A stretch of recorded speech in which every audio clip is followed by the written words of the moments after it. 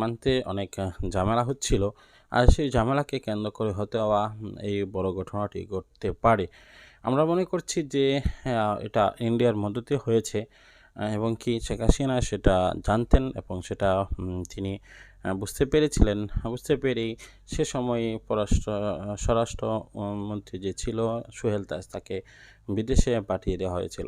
এবং সোহেল তাজ বিদেশ থেকে যখন বাংলাদেশের উদ্দেশ্যে এই কথাগুলো বলেছিল, বিডিআর হত্যাকাণ্ড নিয়ে কথা বলেছিল, তখন সোহেল তাজকে ধমক দিয়ে বসিয়ে দেওয়া হয়েছিল যে তুমি বেশি জানো, এটা আমরা মেনটেন করতেছি, তোমাদের সেটা নিয়ে ঘাবড়াতে হবে না।